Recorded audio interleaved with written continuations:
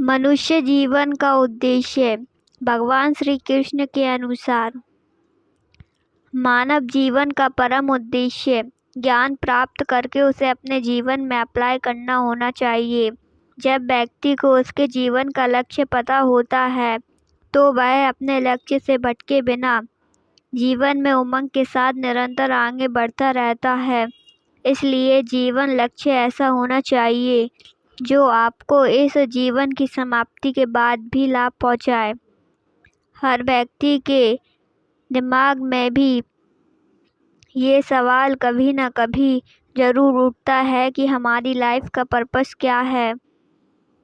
फिर वह अपने आसपास के लोगों को देखकर अपने जीवन का कोई ना कोई पर्पस बना लेता है, जैसे नौकरी, बड़ा घर, जमीन जायदाद, घर परिवार, मान सम्मान, इज्जत आदि को अपने जीवन का लक्ष्य बना लेता है।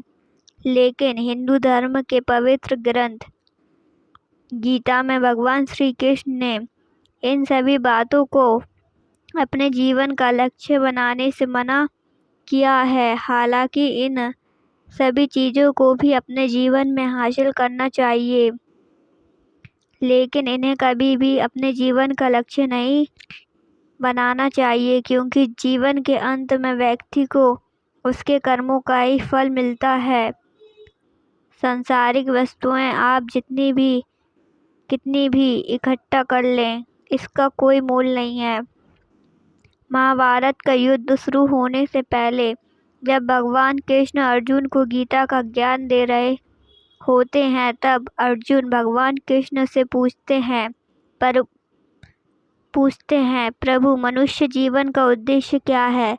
तब भगवान कृष्ण कहते हैं कि मनुष्य जीवन का उद्देश्य अच्छे कर्म करते हुए मोक्ष प्राप्ति होना चाहिए। बिना अच्छे कर्म किए मोक्ष की प्राप्ति संभव नहीं है।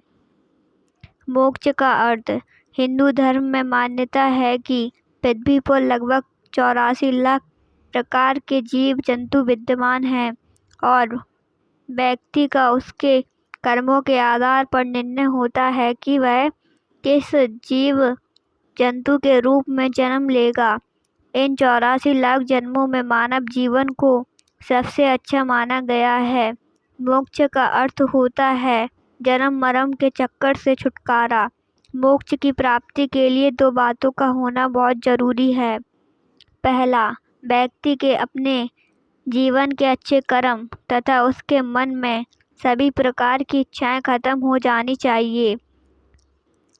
मतलब उसके मन में किसी भी प्रकार का द्वेष, क्रोध, लालच, घृणा नहीं होनी चाहिए। भगवान श्री कृष्ण कहते हैं कि व्यक्ति को कभी भी सांसारिक जीवन से मुंह नहीं मोड़ना चाहिए। उसे अच्छे कर्म करते हुए जीवन में अधिक से अधिक धन कमाना चाहिए। अपने और अपने परिवार की सभी इच्छाएं पूरा करके आत्म संतुष्टि प्राप्त करनी तथा साथ साथ उसे मोक्ष प्राप्ति के रास्ते पर भी चलना चाहिए।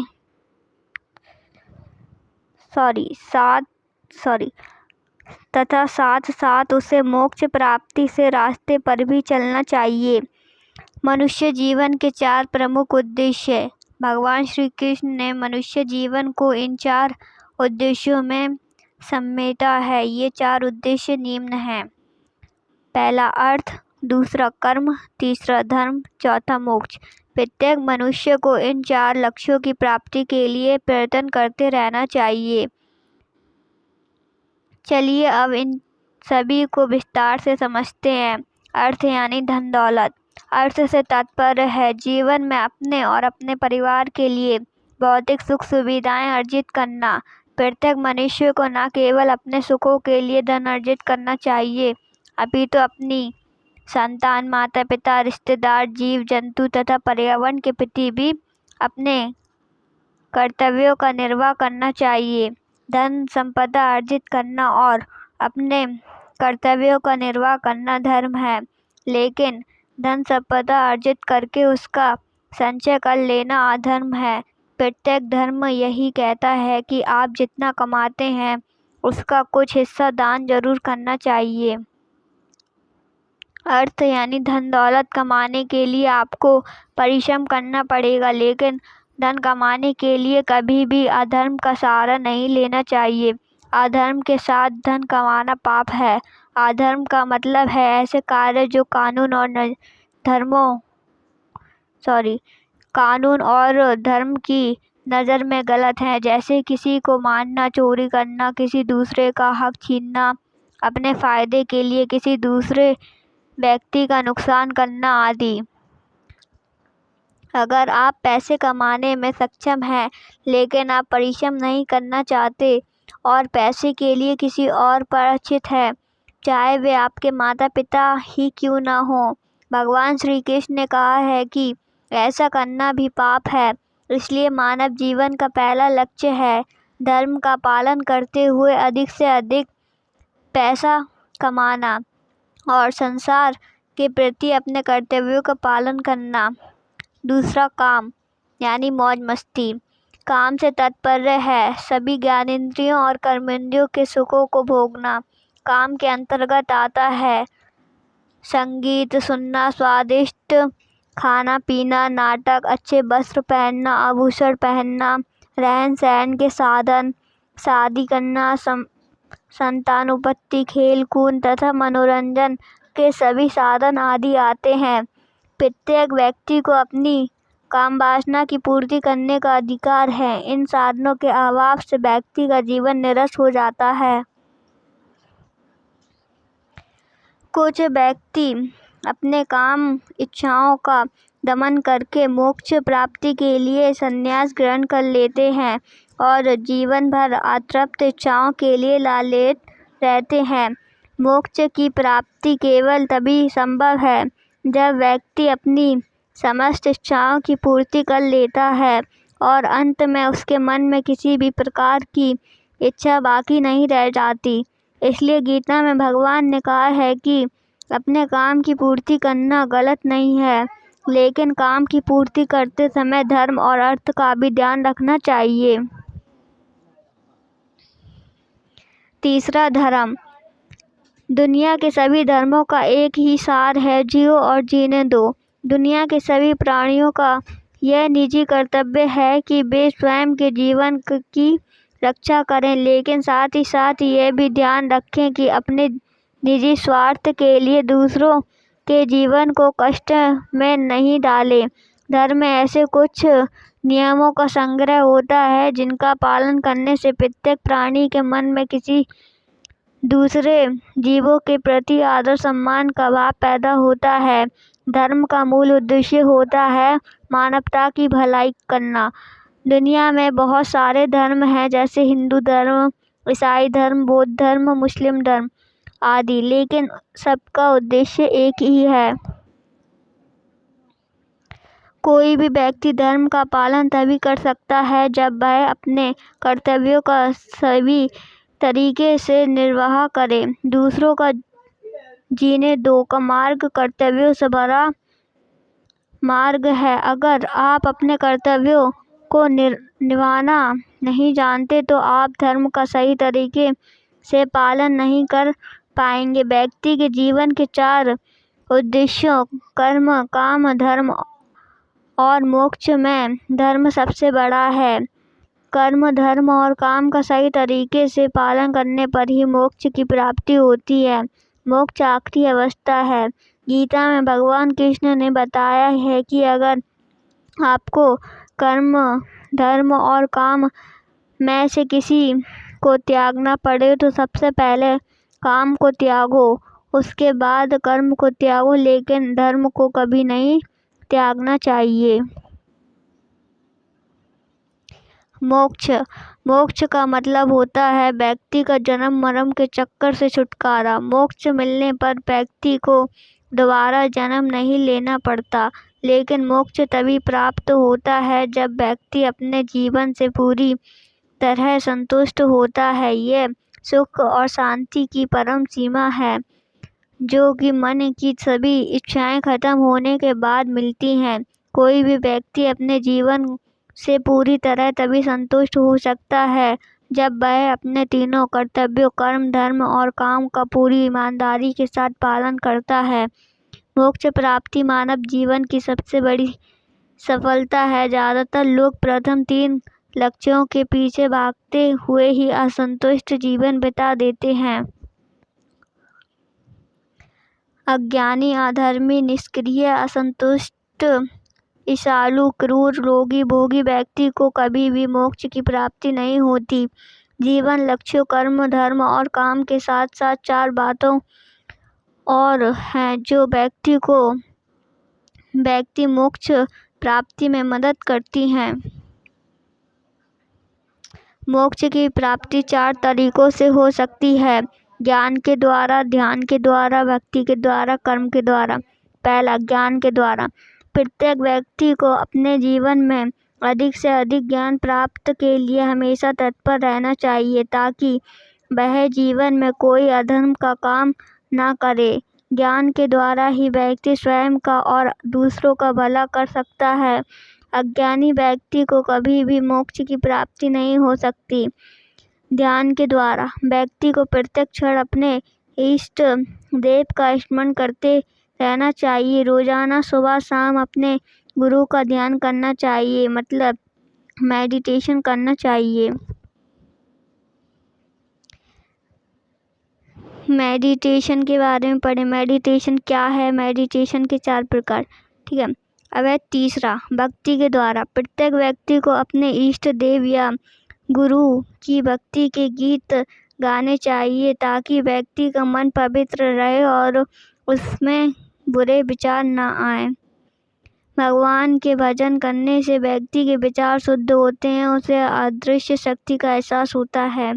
कर्म के द्वारा। कर्म के बारे में मैं विस्तार से पहले ही बता चुकी हूँ, बस एक बात याद रखें कि व्यक्ति को उसके कर्म यानी कार्य ही मोक्ष दिलाते हैं। निष्कर्ष, मोक्ष प्राप्ति ही व्यक्ति के जीवन का आखिरी लक्ष्य होना चाहिए। बहुत सारे लोग हैं जो ये समझते हैं कि संन्यास लेने से मोक्ष की प्राप्ति हो जाती है, लेकिन गीता में भगवान कृष्ण ने कहा है कि अगर व्यक्ति अपने सांसारिक जीवन में रहते हुए अपने कर्तव्यों का सही तरीके से निर्वाह करता है तो उसे भी मोक्ष की प्राप्ति हो सकती है। इसलिए मोक्ष के पीछे ना भागे, बल्कि अपने जीवन के 3 लक्ष्यों कर्म, धर्म और काम का सही तरीके से पालन करें। अफर्मेशन क्या होता है और इसे कब और कैसे बोलते हैं? अफर्मेशन क्या है? आपने कई जगह पे अफर्मेशन शब्द को सुना होगा। और अफर्मेशन क्या है, इसका क्या उपयोग है, क्यों इस पे इतनी सारी बातें कही जाती हैं, ऐसे सवाल आपके मन में आते होंगे। आज आप इस आर्टिकल में इसी बात के जवाब को जान पाएंगे। अफर्मेशन क्या होता है? अफर्मेशन वो बातें होती हैं जो पूरे विश्वास और भरोसे के साथ खुद से बोलते हैं। ये सेल्फ टॉक है जो आप खुद से कहते हैं। अफर्मेशन कैसे काम करता है? हमारे विचार ही हमारे जीवन को आकार देते हैं। जिन बातों को आप सच मानते हैं वही आपके जीवन में आपको मिलता है, क्योंकि इस बात को आपका अवचेतन मन सच करता है। अवचेतन मन क्या है? हमारे मस्तिष्क के 2 भाग हैं। पहला भाग को चेतन मन कहा जाता है और दूसरे भाग को अवचेतन मन कहा जाता है। चेतन मन आपकी 5 इंद्रियों के जरिए जानकारी और बातों को लेता है। अगर यही बातें, जानकारी बार बार चेतन मन को दी जाए तो वो बातें फिर आपके अवचेतन मन में चली जाती हैं।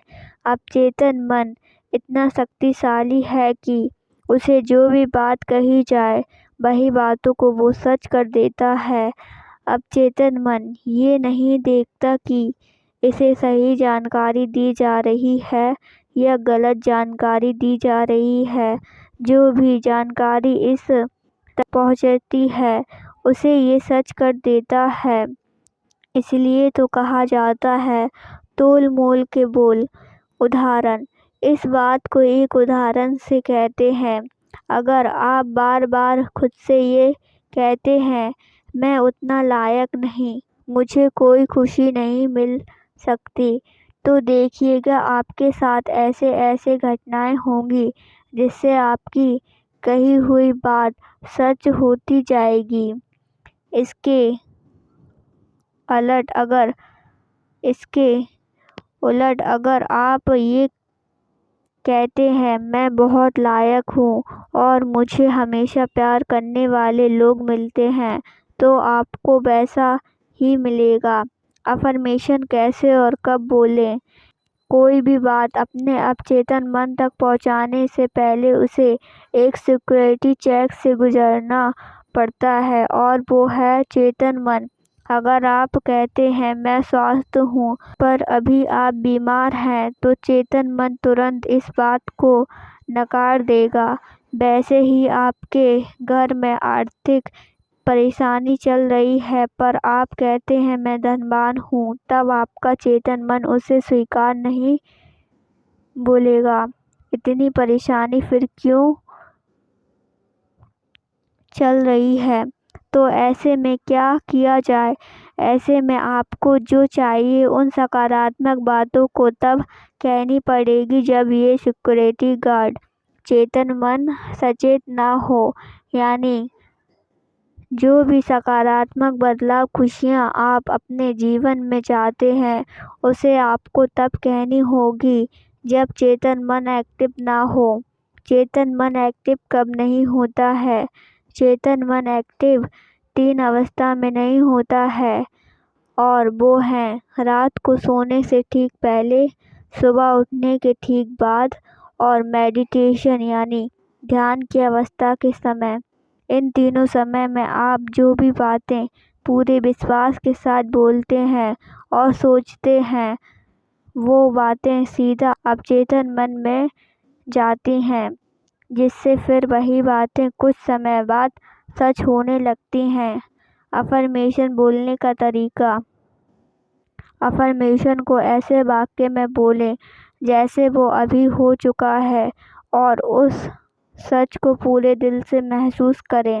उदाहरण के लिए, अगर आप 1 लाख रुपए मंथ कमाने चाहते हैं और अभी आप इस इनकम से बहुत दूर हैं, तब भी आपको पूरे विश्वास के साथ खुद से बोलें कि मैं 1 लाख रुपए कमा रहा हूँ। अगर आप अमीर बनना चाहते हैं और अभी बहुत परेशानी झेल रहे हैं, तब भी अफर्मेशन में बोले मैं अमीर हूँ। देखिए, कोई भी चीज़ 2 बार बनती है, एक बार कल्पना में और दूसरा हकीकत में। Note point. इसलिए अफर्मेशन को हमेशा प्रेजेंट टेंस में बोलें, जैसे वो आपको मिल चुका है और आप उसी को जी रहे हैं। इसमें अपनी पूरी विश्वास और पॉजिटिव एनर्जी भर दें और ये तब करें जब आपका चेतन मन एक्टिव ना हो। अन्य समय में अफर्मेशन कैसे बोलें?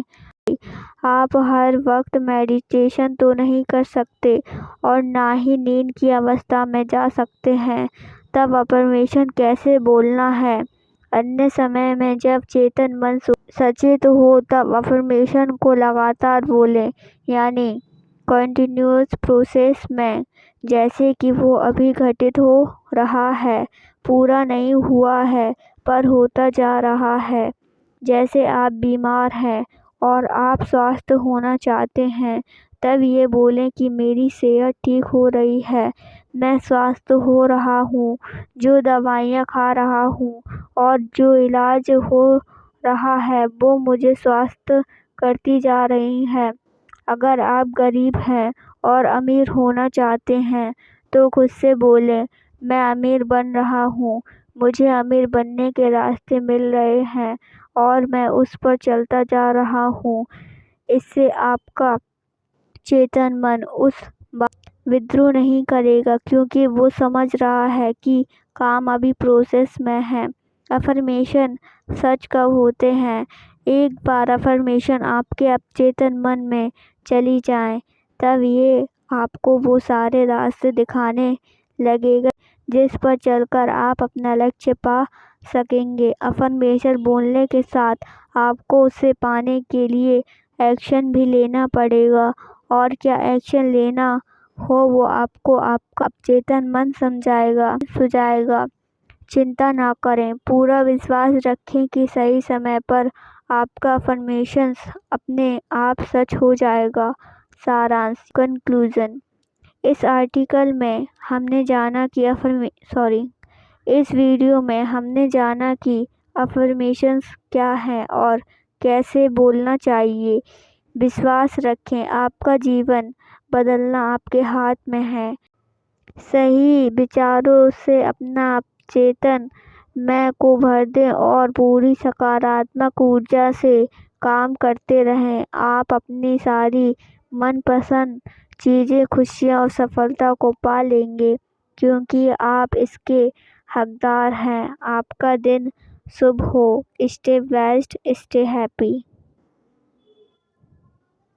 Affirmations includes categories as प्रचुरता, रवैया, सौंदर्य, भरोसा, व्यापार, शांत, रिलैक्स, पैसा, आत्मविश्वास, रचनात्मक, परिवार, निडर, फिटनेस, लक्ष्य, कृतज्ञता, चिकित्सा, आनंद, आरोग्य, मैं हूँ, ज्ञान, आकर्षक का सिद्धांत, सीखना, नेतृत्व, जिंदगी, प्रेम, प्रेम का रिश्ता, शादी, स्मरण शक्ति, माइंडफुलनेस, पैसे, सुबह, प्रेरणा, व्यक्तित्व, समस्या, सुरक्षा, आत्म अनुशासन, आत्मसम्मान, आत्म सुधार, नींद, सफलता, समय प्रबंधन, संपत्ति, कार्य, वजन।